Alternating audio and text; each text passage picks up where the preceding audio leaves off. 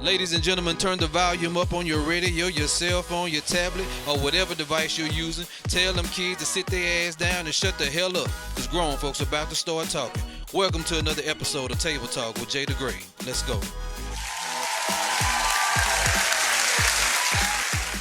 I have the pleasure of sharing my platform today with someone that I consider to be a multi-hyphenate, meaning that she wears many hats. She's an author. She's a motivational speaker. She's the founder of the Black Film Festival Atlanta. Welcome to the show, Racine Ties. Thank you. I'm so happy to be here. I'm happy to have you here. Look, let me tell you, I'm excited for two reasons. Okay. I'm excited because today is the first show. Yay! I'm excited. Hey, yes. The second reason is I am excited to have someone of your caliber on my show today. Don't look like you don't feel like you that person, because I you know really don't, but I appreciate that. And Yeah. I just told my son in the car I'm going to accept it from now Right. on when someone says it. I think you should, because I think it's a great accomplishment to have all of the things that you have going on right now. You have the film festival, you're Arthur, you're the magazine. Like every time I look up on Facebook, it's like I'm like, okay, what's she doing now? I see all of this. She got the magazine. She's got this. Like, what? Well, let's start here. Let's back up. You're from Connecticut. You're from Yes. Hartford. Yes. So what was it like growing up in? Because I'm gonna be honest with you. You're the first black person I never met. I don't know no black people from Connecticut, Hartford, or anywhere in that area. So what was it like growing up in? There's black people, first of all. Okay. But when I came, I'm laughing because when I came down to Atlanta, oh gosh, over 25, 26 years ago, that was like the main thing that people would always say. There's black people in Connecticut. Really? You Okay, know? so it ain't about me. It's just Yeah, like and I would have to tell them where Connecticut is. I would say it's right after New York. So, you know. Gotcha. But yeah, there's black people up there. It was, you know, our school was like, my school was like 50-50 black and white, you know, so it was like leveled out balance. But when I came down to Atlanta, that's when I saw like black people really doing their thing. Right, okay. That was what, back in the early 90s. And I saw like everybody was like an entrepreneur. Everybody was like had magnets on their car for their business that they were doing. And I was like, you know what? I really like that down here. You know, that's what I'm about. And You know, that is the place, yeah. Yeah, so I kind of just, you know, gradually moved down here. And because I knew the things that I wanted to do it resonated with me to be here, you know, and I know it would be more receptive down here in Georgia. I can definitely I can get with that, because Yeah, but Connecticut was cool. I'm from Louisiana. I moved here 2 years ago, and I had no clue what I was gonna do when I got here. But when I got here, I realized that, okay, you know what, Atlanta is the place. Right. It's if you're in the film industry, if you're into acting, anything in that field, this is the place. Right. You know, a lot of people talk about Los Angeles, they talk about New York, but Atlanta has really boom, they have. Yeah. And I realized that when I got here, so I was like, okay, you know, hey, this is the thing for me. I got here, I didn't know what I was going to do. I don't know about you, but when I got here, I was kind of confused about what I was going to do until I started dibbling and dabbling. So when you made it to Atlanta, was it like, I know what I'm going to do, I know where I'm headed, or was it one of those things where it's like, let me kind of figure out, I got to do this, let me try this, let me try that, until you kind of figured out exactly what it was that was going to work for you? Well, without going too deep, Go deep. people how old I am. Yeah. But when I came down here, I originally went to Alabama to stay with my sister for a little bit. And you know, I was going through. I got married early, so I was going through a divorce. So I said, you know, I'm just gonna come to Alabama, chill out for a little bit. Ended up staying in Alabama for a couple of months. And at that time, I was like singing a lot because I sing. Okay. So I met a producer that lived in Atlanta, and I was in the studio back and forth in Atlanta every weekend until I gradually just kind of moved to Atlanta. you know, instead of just being, you know, in the studio, going back and forth all the time. Mm-hmm. So originally, music is what brought me to Atlanta. Oh, okay. You know, I was doing like the music, I was doing the spoken word, and I was like, yeah, I'm gonna be in the music. Mm-hmm. And you know, so I kind of learned the behind the scenes of like the music business. But then after I went back to Connecticut a few years later, I realized that I didn't want to be a singer. I would rather be behind the scenes and give other people a platform. So that's when I produced my first live talent show. So I had an annual talent show that the first one I did had 500 people attend. Oh, wow. And I was like, I could really get into this. So you know, that's when I started just producing like little shows, little open mics, talent shows, things like that. And I just, you know, And it just kind of went from there. Mm-hmm. Yeah, Okay. so it went from thinking I was gonna be Mariah Carey or someone to just being, you know, like a producer, because that's what I love to do. I Yeah. really love producing events. Okay, that's dope. Mm-hmm. For me, I think my story was kind of when I moved there. Like I said, I didn't know what I was gonna do. I started doing some background work on films, and I Right. saw all of the lights and the cameras, Wow. and I was like, wait a minute, you know, this may be my Right, thing, you know. Mhm. And what brought me here was I lost my son, Oh wow! you know, a couple of Sorry years about ago, that. and he used to always say, "Daddy, you're the funniest man I know." Or he would call me on the phone and be like, "What's up, Bootylicious?" You know, he would always say something weird. So one day after his death, I kind of thought about it, and I heard his voice say, "Daddy, get up and go." And I got up and I moved. It was just like this, and I moved to Atlanta. Wow. I didn't have a clue what I was gonna do. I stayed with a friend, and you know the rest is became history. And I'm starting to realize how much of a passion that this that I've drawn into this end that I've developed for this industry. I love film. I love Right. acting. It's just one of those things that just kind of came. It just happened. I'm 46. Yeah, You know. yeah. So at what age? Like, do you know when did that bug hit you? Like, when did the things? You know what? I gotta get out of Connecticut. I gotta leave here. I gotta go do something other than be in Hartford, Connecticut. So when do you think they hit you? Oh wow. Well, I don't. Well, first of all, I always love photography and anything to do with like film. Like right now, like in my storage, I have like bins of just photos I used to Really? take when I was in high school. Like when I was in high school, I saved up my money, got like an expensive camera for, you know, at that time for like a 16-year-old. You know, bought an expensive camera. I think it was like a Pentax at that time. You know, years ago. Pentax. It was, I don't know if I'm I older remember- than you, so. Okay, we're good. I don't think I remember Pentax. I Yeah. think as far as I can go back is Kodak, maybe. Yeah, You know, I remember. well, this was one of the. It wasn't DSLR back then, but it was like one of the expensive cameras. So, Yeah. so I bought a camera. So I always loved anything to do with the film and photography. I started filming people's events and just, you know, I'll never forget one time the Yukon Huskies won. One of my friends couldn't film the after party, so he sent me to film like the after party. So I was just, you know, just videotaping everybody. I always, you know, something to do with photography. But then when I moved to Alabama, that's when I think I just started, my whole world started opening up to me. So I was like in my early 20s, 21, 22. And You better than me, because it didn't hit me till I was 40, so I waited 20 years of my life. But that was music though. Yeah. I didn't know about, it didn't really, the film thing, I just was like, I think it was like a natural progression for me to do a film festival. Because I just, like I said, I always loved providing a platform. And, you know, I have my book already, did the book in 2012.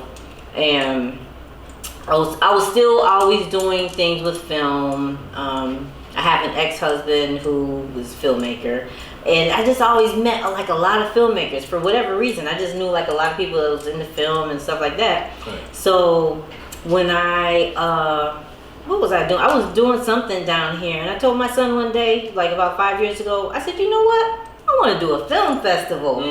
And because I was like, you know, I've done talent shows, but I want to provide another type of platform. And I was thinking that we were just gonna go to like maybe rent out a room at the library one day, put some jeans and sneakers on, and just go watch like 2 or 3 films, you know. And I'm telling you, Jimmy, when I put that the ad out on Instagram, it went crazy. I got so much feedback. It went crazy. And I was like, okay, this is gonna be a 2-day event. So made it a 2-day event. And then we got so many submissions, it ultimately ended up being a 4-day event. So yeah, so it was just like, okay, let's do it. You know, I was gonna ask you, like, what inspired that? Like, what made you come up with, hey, let's just do. I want to do a film festival, you know, and I think you answered the question because you said you wanted to provide a platform, and I think that is so important because you're providing a platform for people that are trying to make it. You know, there are so many platforms out there for people who have already made it. Yeah. But what about the people like me? What about the people like us that are trying to get there? You know, I think that it's an awesome thing because someone has to carry the mantle. Like they can't sit up there all forever. Right. Someone else has to come along and be able to carry the torch. So I think that is an awesome thing that you have that you provided. And I'm gonna tell you, I'm excited. When you hit me up and told me, I'm like, wait a minute. You know, it just kind of gave me confirmation to keep going. Because I deal with a lot of struggles as far as in my mind, like, you're too old. No, you know, you're 46. You're 40. Sure, I ain't gonna tell you how old I am. Well, look, whatever, you don't look it. I'm gonna tell you that. I'm like, I'm 46. I'm 62. No, I'm just kidding. You're gonna have to tell us your age in a minute.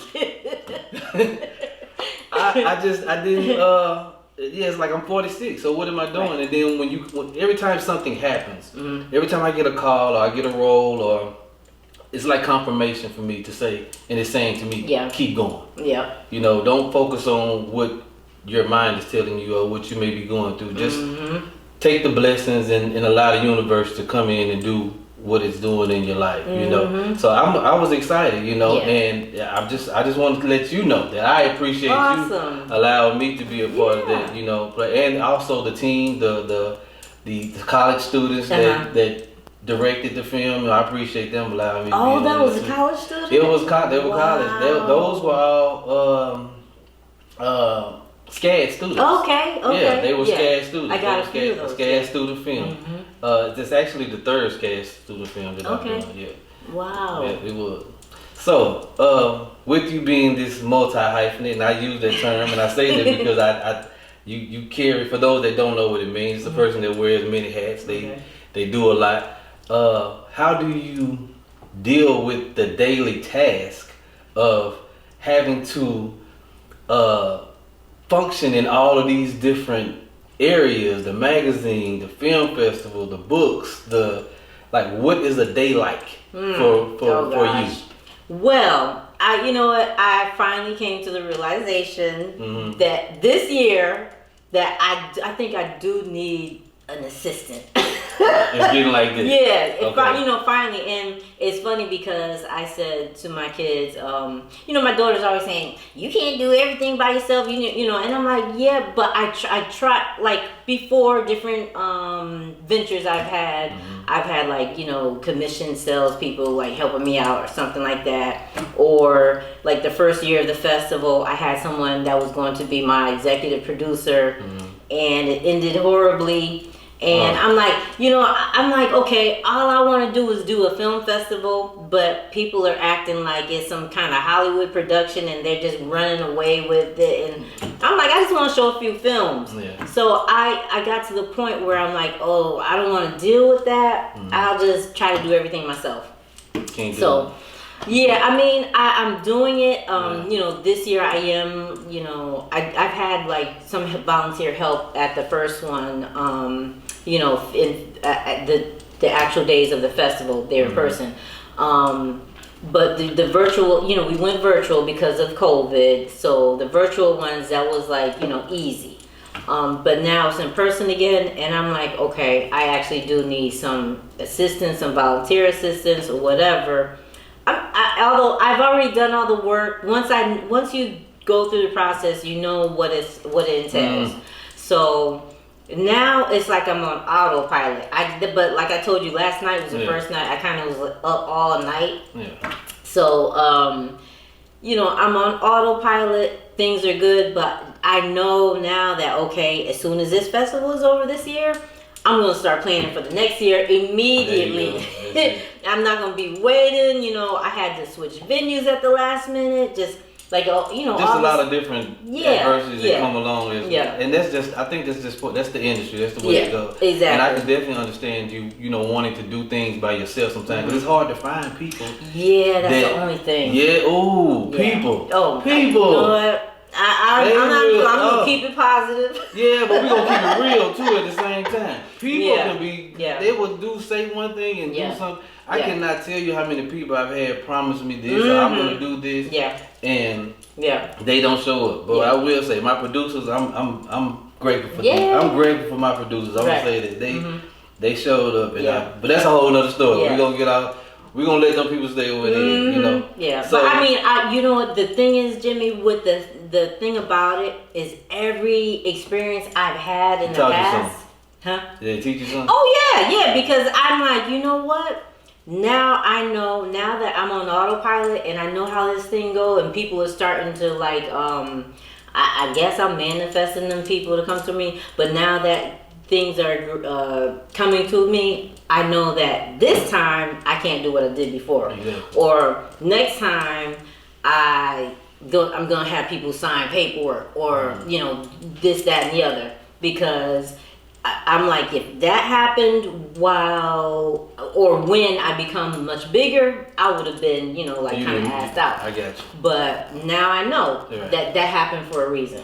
Yeah, and I think we learned that that's life. We learn from our mistakes. We learn from the things we learn. Who gonna do what and what's not what's gonna work and what's not gonna work. Yeah. So it's part of the industry, but it helps. Yeah. It helps you become a better individual, and it also helps you learn more about the industry and what it is that you should need to do and what you shouldn't do. Exactly. So, like, with that being said, like, what are some of the struggles that you think you have faced, or that that you faced? Oh, wow. When not just with putting the film festival together, but just this whole thing that you have going, all of these different entities that you have going. So what are some of the struggles that you? Well, you know what? For me, for me, it was like I said, it was like a gradual progression to do these things. So I didn't say, oh, maybe I should go to film school, or maybe I should, do this or take that course or whatever. I just had an idea and I just kind of start doing it. Yeah. So I had to kind of learn my way through some things. Like as for the book, like the self-publishing thing, that was like 2012. It wasn't as prevalent as today. It's a lot easier to learn about how to self-publish. So I had to kind of like learn my way through everything that I did. But like you said, it's a learning lesson. So now, like when I do anything, I can tell somebody else how to do it. So like, as far as the process, or just, whatever it is, I can actually tell somebody. You can walk somebody else through the process. It's best to do this and don't do that, and the thing about it too is, I learned, don't listen to everything that you see on Google. Oh, wow. Google told me that if I self-published my book, that I wasn't going to sell. I think it said something like the most books you probably sell is like 50 books to friends and family, if that. Mm-hmm. And if I had to listen to that, okay, I wouldn't have did anything.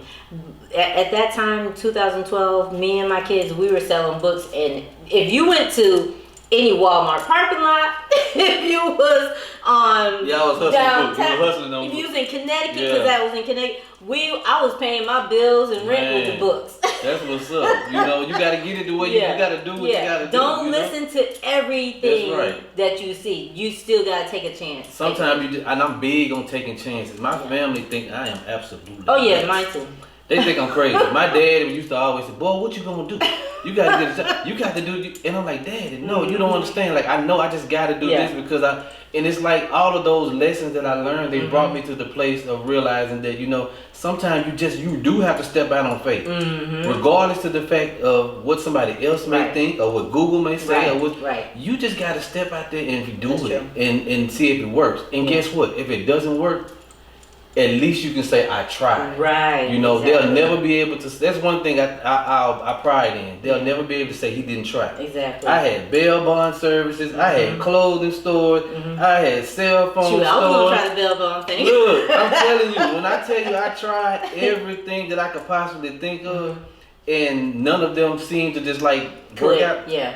So I never wanted to give up. Something just said, keep going. Right. Try this, try that. And I ended up walking into this industry. Right. And I love it, you know? Yeah, see? Yeah. And I feel like even if things don't go the way that I want them to go, I know I tried. Like, you know, I know my great grandkids will be able to look at a TV screen and say, right. that was your great grandpa, because I did something. Exactly. You know? So with that being said, I just commend you on the somethings and the everything that you're doing, especially being a woman, a black woman in the industry, in this world. You know, those are challenges alone, you know, just doing that. So I commend you on that. And the book, I wish I had a chance. I wanted to read it. I know I have, like, I'm in a little bit of a transition process. I got it all packed up. But you have to make sure you give me a copy of the book, because I want to read it. What was the name of the book? Success Looks Good on Me. Success Looks Good on Me. Looks Good on Me, and the other one was. I didn't release the other one yet. It's waiting to be released. Success Loves Me. Success Loves Me. You know what? I can see that because you look like a walking success story. I see so much. Well, I'm still trying. You know, I feel like I'm a work in motion. You know. But I'm still trying, and just like you said, taking risk, and you know, at least you try to do something. I told myself like a few years ago, I said, I don't care how crazy, how dumb the idea sounds, how wacky people think it is, I'm gonna do it.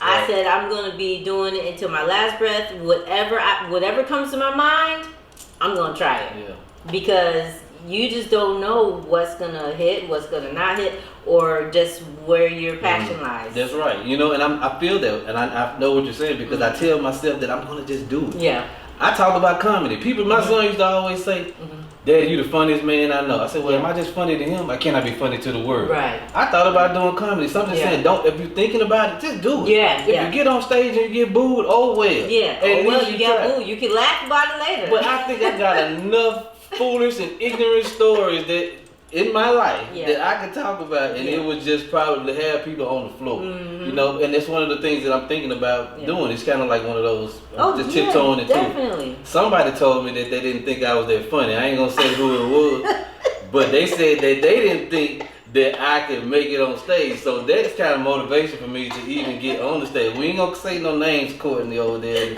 sitting there looking like. She'll be the first one in the and audience you know laughing. what? I know she would, because she laugh at everything that I say. So if I get on stage, I know I got one fan that's gonna literally tear the crowd up laughing, and that's gonna be your biggest supporter. She's gonna be my biggest supporter. Yeah, that's right.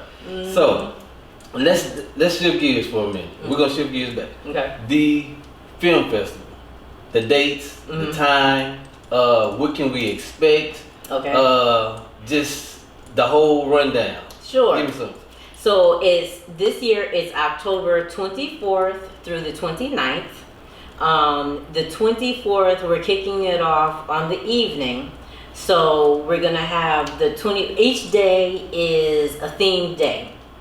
So Tuesday is like trending topics. I call it Talk to Me Tuesday. Okay, I like that. So we have a lot of film, because this year, for some reason, and it's good, we had so many films that were like different. They went off like on a little different tangent. Like years before, I had a lot of films where black guy driving a car, white cop pulls him over, white cop shoots black guy, black guy dies. Yeah. And I was like, oh my God, even though I appreciate it, but there was so many of that same theme that I was like, they gotta switch it up. I think people were probably biting into the whole, because it's like a period came along where it looked like a lot of, we were getting killed. Like, yes. So they gravitated to that because they felt that their content was going to be interesting. Yeah. And I had a lot of those.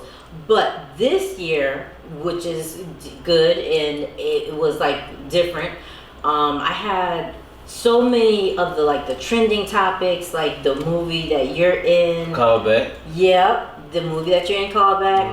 Mm-hmm. Dealing like with harassment. Then I had like a couple dealing with domestic violence. Then I had some dealing with suicide. Mm-hmm. This year I had like a lot that dealt with suicide. And then I had some that dealt with like the racial thing too. Yeah. So I said, you know what? These aren't even documentaries. I'm just gonna put them all in one night, and then we'll just talk about what we saw instead of breaking them up. Because then the next day is We Love Family Wednesday or something like that. Something about family. I understand. I understand. So that night we have a lot of films that just deal with like family type issues. And then Thursday is Thriller Thursday. Thursday's thrillers. Okay. Because I got a lot of like I'm not a fanatic or a fan of the horror movie Really? type. That's my favorite. Really? Well, you gonna love Thursday. I love horror movies. And I picked the ones and the ones that I watched. I'm like, oh, that is pretty good because they were like done well. So we have Thursday's thrillers. We have Friday. I call it Freaky Friday. It's not really freaky. It's just about relationships. It just sounds good. But I'm just trying to do some clickbait. I got it. It sounded really good. But it's dealing with relationships. A lot of relationship movies. Dating. We got some hilarious, what they call rom-com or something like that. Rom-com. Saturday is In the Street Saturday because I got some movies that are like street type. People trying to get somebody out the street. People gravitating to the street. No, just In the Street Saturday. And then Sunday is what is Sunday? I forget what Sunday is, but Sunday is a combination of the films. Oops, I'm sorry. And but it's all themed, and I believe it's gonna be exciting. It's gonna be good. I'm excited. I'm ready to experience the whole. This is the first film festival I've ever attended. That's another thing. I've never been to a film festival. Yeah, I had so many people contact me and say, I've never been to a film festival. What do I expect? One person is coming from Virginia, first time filmmaker. He said, I'm nervous. I've never been to a film festival. What should I expect? I said, well, do you like movies? He's like, yeah. I said, well, if you like movies, talking to people and eating and just like having fun, that's all we're going to do. That's it. Instead of going to one movie, we're just going to be watching movies all day. And this time I got a lot of vendors. So if you like movies, if you like shopping with the vendors, if you like meeting people from different states, because we got like people from like 17 different states attending. We got vendors coming from like Texas and Detroit. I felt it in my spirit that this thing was going to be like. This is what year? How many? This is the fourth year. The fourth year you've done. How many submissions did you have this year? I got 127, I think it was. 127. And we're gonna show 80 films. Okay. Some of them were like really super short, and that's the way I fit those in, because like we had people that just submitted their little teaser for the film, because usually I don't accept trailers. But they're like, please, just take my, trailer. Yeah. And they pay submission fees for like a 3-minute film. So I took it.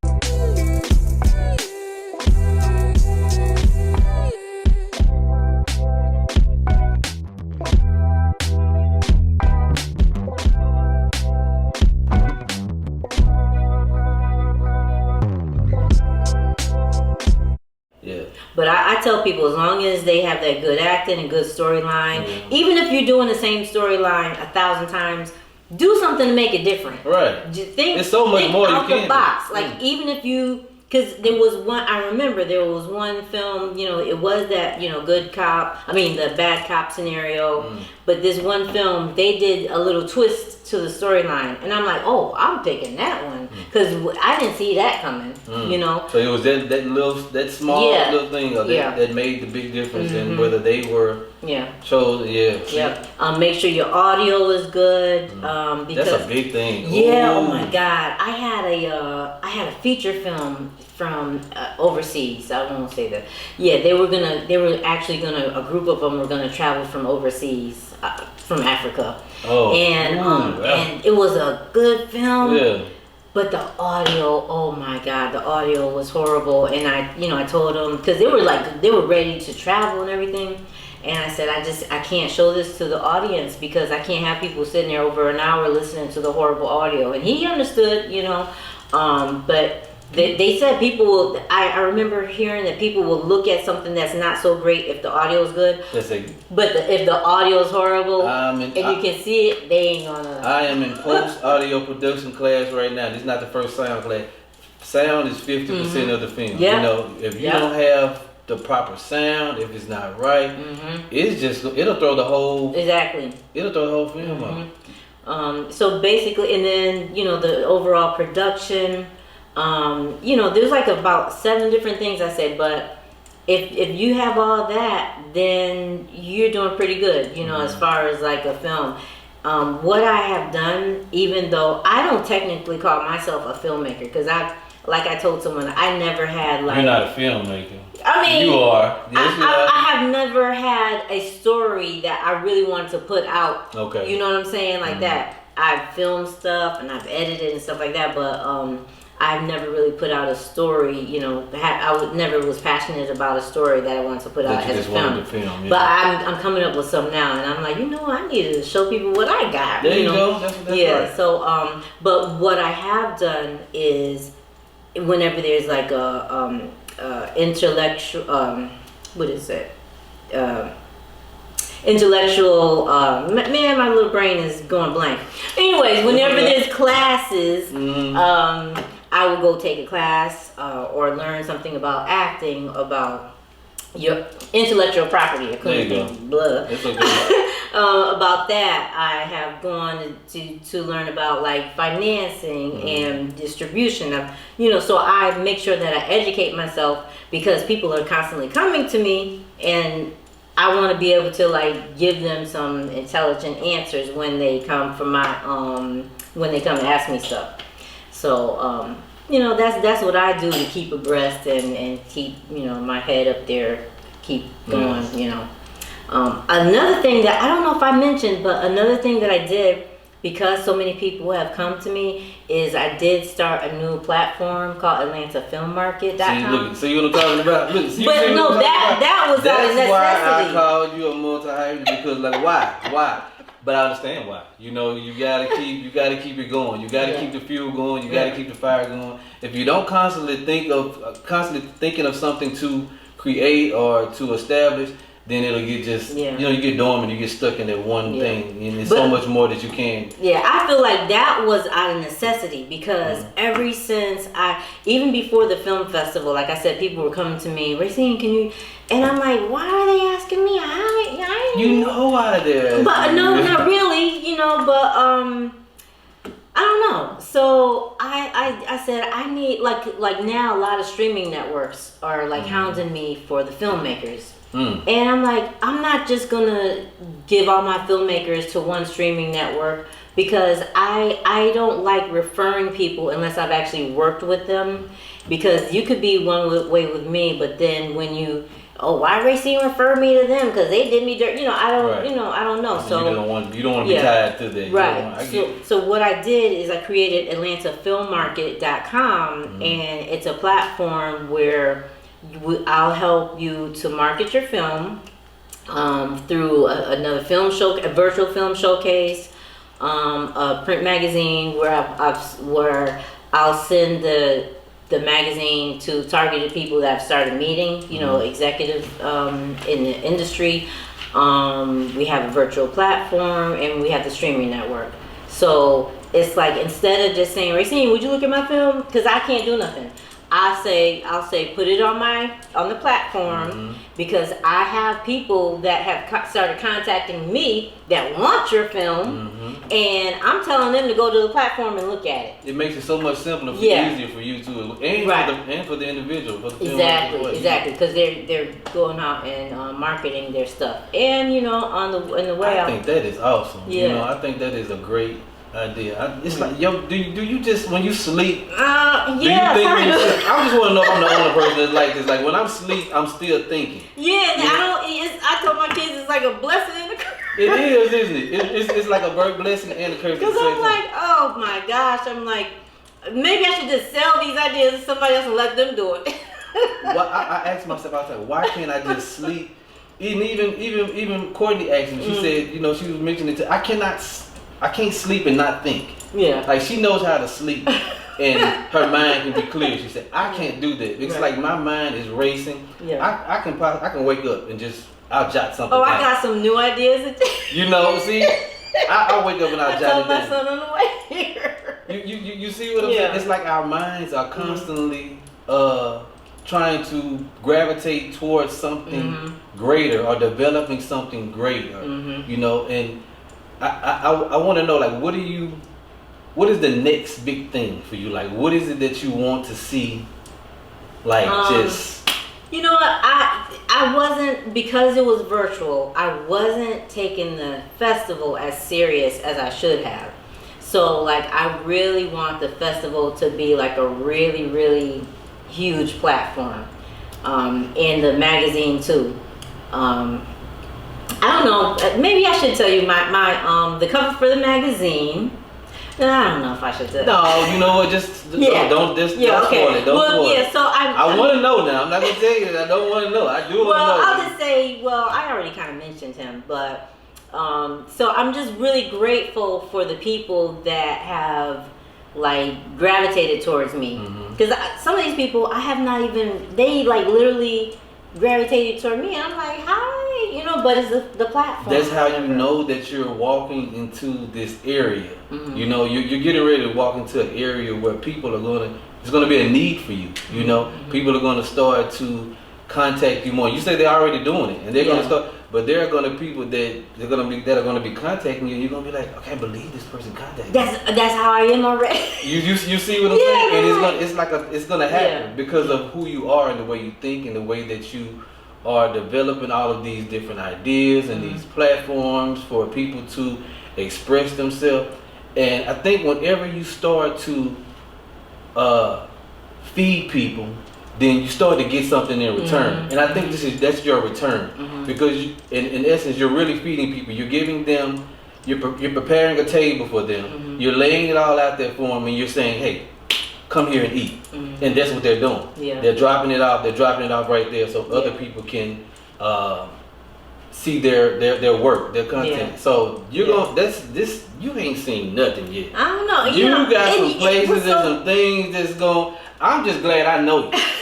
That's what I'm gonna say. Well, I'm glad I know you. I'm gonna stick glad around people like you, because I mean, you know, and I was on another podcast interview, and they were saying something similar, and I was like, you know, honestly, I just wanted to provide a platform, because sometimes when people are like, oh, I'm so excited, you know, and I like at the very end of the first film festival, because it was like a bunch of people that came from Cali. And one of the filmmakers was like really expressing to me like how much a platform meant, stuff like that. He had me busting out in tears and everything, because I just didn't realize I told my son on the way here, I'm seeing it through my eyes, through, you know, I don't get a lot of support from, you know, friends or family or whatever. Hey. So yeah. I'm here with you. We're in the same club. Yeah, so I see things through my eyes. I have to start looking at some the other people's eyes, how they see it. They see it as a platform that's going to help them out. And I got to stop seeing it from, oh, Racine, you shouldn't do this, you shouldn't do that eyes, you know. So that's why I said I'm going to start accepting, you know. I get that. I did the same thing. Yeah, I know exactly what you're saying. You can't really, you have to allow, when other people are telling you that, you know, this is, you know, you're awesome, you're fascinating, you're doing, you know, you just have to you take it. You know, I don't see myself as that way. Right. And I think it's best if other people did let me know and other people did see it, because I don't want to be so me. Right. I. And I think that pushes people away. But when someone comes to you and says, hey, I think you, it gives you confirmation, and it kind of lets you know that, hey, you know, maybe I am. Yeah, because I say, really? Really? I still just be like, for real? Okay. Well, you should believe it because you are doing a lot. And I know that there are a lot of people that are appreciating the work that you're doing and the avenue that you're going down and the avenue that you're providing for other people as well. Yeah, and when I started looking at it like that, Jimmy, I was like, okay, yeah, as long as someone else is benefiting, then I'm good. When I wrote my book, because my book is motivational, I was like, if only one person gets some benefit out of it, I'm good. Yeah. You know, if only one person. So you're right. As long as people see the benefit in it for them, I'm good. I think that's the name of the game. Like I think whenever you help someone else or you pour into somebody else, that's when you start to see the blessings or things start to happen. Can't be selfish. You gotta pour into someone else. And I remember my bishop telling me one time, in order for your vision to come to life, sometimes you gotta pour into other people's visions. Right. And when you can find people that are willing to pour into your vision, willing to support your vision, willing to be there, those are the people, those are the things that you grab and you hold on to. And all of those and the other things, I've told myself is like I'm not concerned about who is not supporting me at this particular time. Right. I'm more focused on who's there for me. Exactly. And how can you help me elevate and how can you help me be better than what it is that I'm trying to do. You're right. Those are the type of people that I want in my life. Those are the type of people I want in my circle. And I'm pretty sure you're the same way. Right, I had to get over that, yeah. You have to because you'll get caught up in what somebody is not doing. Exactly. And you won't be focused on what it is that you need to be doing and what somebody else may be doing for you. Appreciate the people that and the things that you do have. And I believe that and I think that things will come. Right. If you appreciate those things, exactly. So that's my philosophy. I believe it's working. True. Yeah, it's working. Because if you just think about it, if you sit around and think about who doesn't like this or who doesn't comment on, you won't do nothing. You won't do nothing. Yeah. I told myself, I said, you know what? I'm excited about the podcast.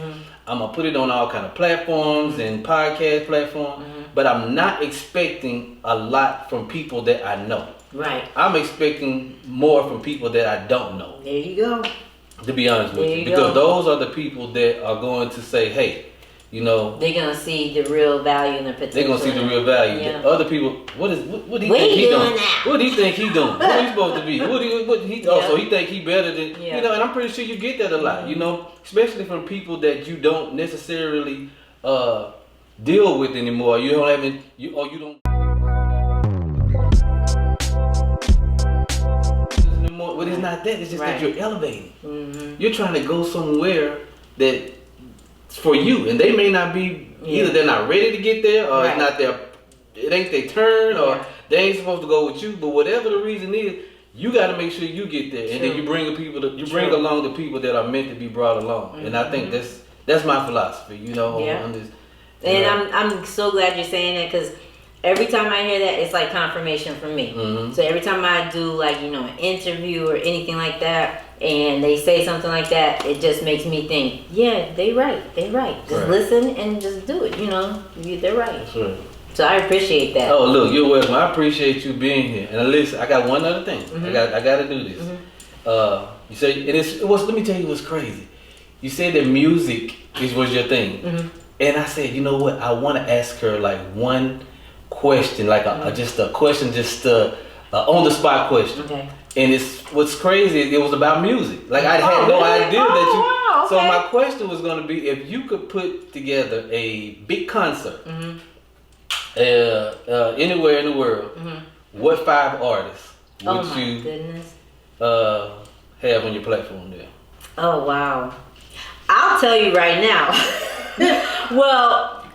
Well, this is because one of my favorite artists, he came to at that time I had a venue down in Jonesboro, College Park, and he came to my venue and I was able to interview him. Okay. Calvin Richardson.